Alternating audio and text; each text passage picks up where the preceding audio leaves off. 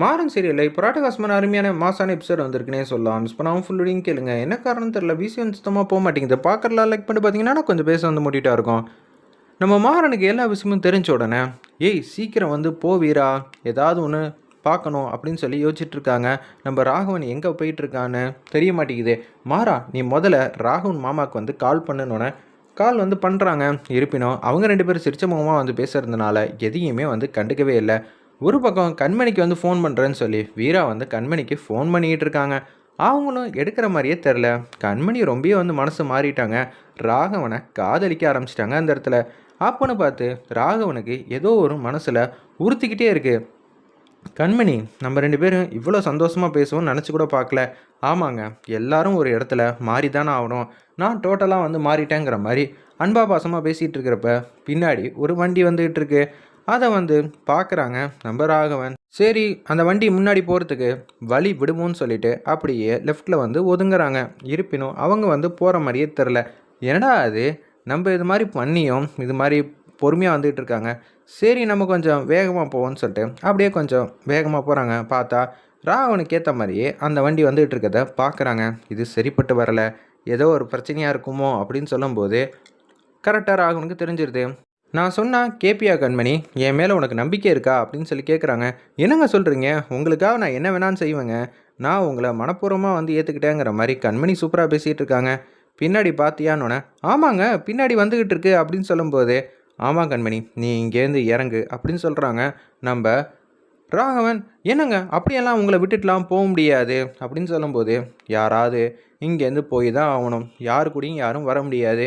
நீ என்னை நேசிக்கிறது உண்மையாக இருந்தால் இங்கேருந்து போங்கிற மாதிரி சொல்கிறப்ப சத்தியமாக வந்து நான் போக மாட்டேன், உங்களை விட்டுட்டு நான் எங்கேயும் போக மாட்டேன் அப்படின்னு சொல்லும்போது ராகவன் புத்திசாலித்தனமாக வந்து கண்மணியை கீழே உட்கார வச்சிடுறாங்க. அவங்க மண்ணில் மாட்டுக்கும் அசந்து வந்து உட்காந்துடுறாங்க. நம்ம ராகவன் வந்து கெட்டிக்காரத்தனமாக வந்து போய்கிட்டே இருக்காங்க. அப்போன்னு பார்த்து விஜய் சொன்ன காரியத்தை வந்து செஞ்சு முடிச்சுட்டு அப்படியே அந்த வண்டி மாட்டுக்கும் போயிட்டுருக்கு. ராகவன் நல்லா அசந்து தூங்குறாங்க. அப்போன்னு பார்த்து என்னங்கங்கிற மாதிரி கத்துறாங்க. அந்த இடத்துல நம்ம கண்மணி வேறு லெவலில் மாசா இருந்துச்சுன்னே சொல்லலாம். வேக வேகமாக ஓடுறாங்க. வீராவும் இது எல்லாத்தையும் ஒரு 100 அடி தூரத்தில் பார்த்துட்றாங்க. இது எல்லாம் திட்டமிட்ட சதின்னு அவங்களுக்கு தெரியுது. இப்போதைக்கு ராகவனை பார்த்தே ஆகணும்னு சொல்லிட்டு ஆட்டோவை நிப்பாட்டிட்டு வேக வேகமாக வந்து ஓடுறாங்க. நம்ம வீராவும் மாறனும் ஓடி அப்படியே காரு கதவை திறக்கிறாங்க. அண்ணி அழுகிற விஷயத்த நம்ம மாறன் வந்து பார்க்குறாங்க அந்த இடத்துல. ஓ மனசு மாறிட்டாங்களா இப்போன்னு பார்த்து இப்படியா அப்படின்னு சொல்லும்போது வீரா முதல்ல வண்டி எடு அப்படின்னு சொன்னோன்னே வீரா வண்டியில் அப்படியே வேக வேகமாக ராகவனை கூட்டிகிட்டு போகலான் இருக்கிறப்ப கண்மணி பார்த்துக்கிட்டு அப்படியே மடியில் ராகவனை வச்சுக்கிட்டு அப்படியே வந்து பார்த்துக்கிட்டே இருக்காங்க. என்னங்க இப்போ தான் நான் வந்து உங்ககிட்ட மனசு விட்டு பேசிகிட்டு இருந்தேன், ஆனால் அதுக்குள்ளே அப்படின்னு சொல்லி அந்த இடத்துல பேசிகிட்டு இருக்கிறப்ப அண்ணி நீங்கள் எதுக்கும் கவலைப்படாதீங்க, எதுவாக இருந்தாலும் நான் பார்த்துக்கிறேன், நீ எதுவும் ஆகாது அப்படின்னு அந்த இடத்துல பாசிட்டிவாக வந்து பேசிகிட்டு இருக்காங்க. நீ எதுவும் சொல்லாத நான் பார்த்துக்கிறேங்கிற மாதிரி சொன்னோன்னே வீரா வந்து வேகமாக ஒரு இடத்துக்கு வந்து போயிட்டுருக்காங்க. ஆனால் மனசுக்கு ஏதோ ஒரு மாதிரி இருக்குல்ல அப்படின்னு நம்ம வள்ளியும் ராமச்சந்திரனும் வந்து யோசிக்கிறாங்க. ஆமாம் வள்ளி, எனக்கும் கொஞ்சம் சங்கடமாக தான் இருக்குங்கிற மாதிரி யோசிச்சுட்டு இருக்கிறப்ப அப்போனா என்ன, இங்கே பக்கத்தில் ஏதாவது ஒரு இடத்துக்கு போயிட்டு வேண்டிக்கிட்டு வந்துடுவோன்னு சொன்னோன்னே காரை வந்து நிப்பாட்டுறாங்க. நல்ல காரியத்துக்கு பண்ணுறதுக்கு முன்னாடி ஒரு இடத்துக்கு போயிட்டு வந்தால் நல்லா தானே இருக்குன்னு சொல்லிட்டு சரி சாமி கும்பிட்லான்னு சொல்லிட்டு வண்டியிலேருந்து இறங்குறாங்க. சாமி கும்பிட்றாங்க அந்த இடத்துல.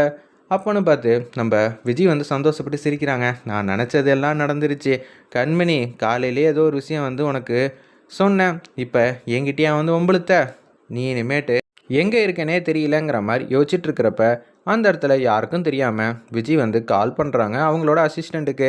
என்னடா என்ன ஆச்சு மேடம், நல்லபடியாக பண்ணி முடிச்சாச்சு மேடம், நான் போய்கிட்டே இருக்கேன், யாரும் மேலே வந்து சந்தேகப்படலையே. இல்லை மேடம் சந்தேகப்படலை, நான் மாட்டுக்கும் வந்துட்டேன் அப்படின்னு சொல்லும்போது சூப்பர்ரா நல்ல காரியம் பண்ணியிருக்கேன், ரொம்பவே தேங்க்ஸ்ன்னு சொல்லிட்டு ஃபோனை வந்து வச்சிடுறாங்க. அந்த இடத்துல வாங்க மாமா நம்ம பத்திரப்பதிவு இடத்துக்கு போவோம், சீக்கிரம் போவோம், டைம் ஆகுதுல்ல அப்படின்னு சொல்லும்போது ரொம்ப நாள் இந்த செயலை செய்யணும்னு நினச்சிருப்பீங்க, ஆனால் இன்றைக்கி தான் ஒரு நல்ல நாளாக வந்து அமைஞ்சிருக்கு மாமா, இந்த நாளை நம்ம யாருமே மறக்க மாட்டோம் அப்படின்னு சொல்லிட்டு என்ன நீ இப்படி பேசிக்கிட்டு இருக்க, என்ன விஜய் தப்பாக பேசுகிற மாதிரி தெரியுது. என்னத்த நான் எங்கத்த தப்பாக வந்து பேசுனா, மெய் சிலுக்கிற மாதிரி இல்லை. யாராவது இவ்வளோ பெரிய காசை வந்து ஒரு இடத்துல வந்து போடுவாங்களா, அதுவும் நமக்காக இல்லாமல் பொதுவாக எல்லாருக்காகவும். சூப்பர் இல்லை, அதுக்காக தான் சொன்னேன். ஆமாம் விஜய், அவள் நல்ல நோக்கத்தோடு தான் பேசுகிறா வள்ளி அப்படின்னு அந்த இடத்துல விஜய்க்கு சப்போர்ட் பண்ணுற மாதிரி தெரியுது. ஆனால் சரி வா நான் முதல்ல போவேன்னு சொல்லிட்டு பிருந்தாவும் கார்த்தியும் அப்படியே கூட்டிகிட்டு போகிறாங்க. பிருந்தா கார்த்தியை கையை கெட்டியமாக பிடிச்சிக்கிட்டு இருக்க, சரி போடி போ அப்படின்னு சொல்லி அந்த இடத்துல பிருந்தாவை பார்த்து செம்மையாக வந்து மறைக்கிறாங்க. என் புருஷன் கையை நான் கெட்டியமாக பிடிச்சிக்க தான் செய்வேன், உன்னால் எதுவுமே பண்ண முடியாதுன்னு யோசிச்சுட்டு அவங்க மட்டும் போயிட்டுருக்காங்க. ரிஜிஸ்ட்ரேஷன் ஆஃபீஸில் வந்து வெயிட் பண்ணிக்கிட்டு இருக்காங்க. அந்த இடத்துல நம்ம ராமச்சந்திரன், வள்ளி, விஜய்லேருந்து எல்லாரும் வெயிட் பண்ணிகிட்டு இருக்காங்க. இன்னமும் இவங்களுக்கு ஒரு தகவல் கிடைக்கலையே, அங்கே போய் பார்க்கணும் தான் எனக்கும் ஆசையாக இருக்குது அப்படின்னு விஜய் மாட்டுக்கும் கேவலமாக வந்து யோசிச்சுட்டு இருக்காங்க. என்ன மாமா இன்னமும் அவங்க எல்லாரையும் காணோம், என்ன ஆகிருக்கும் அப்படின்னு சொன்னோன்னே வள்ளிக்கு வந்துச்சு பாருங்க கோவம். ஏதாவது தாமதமாயிருக்குன்னா தெரியலன்னு சொல்லணும், என்ன ஆகிருக்குங்கிற மாதிரி கேட்குற, உனக்கு கொஞ்சமாவது அறிவு இருக்கா இல்லையா அப்படின்னு சொன்னோன்னே பிருந்தா வந்து வெளுத்தெடுக்கிறாங்க.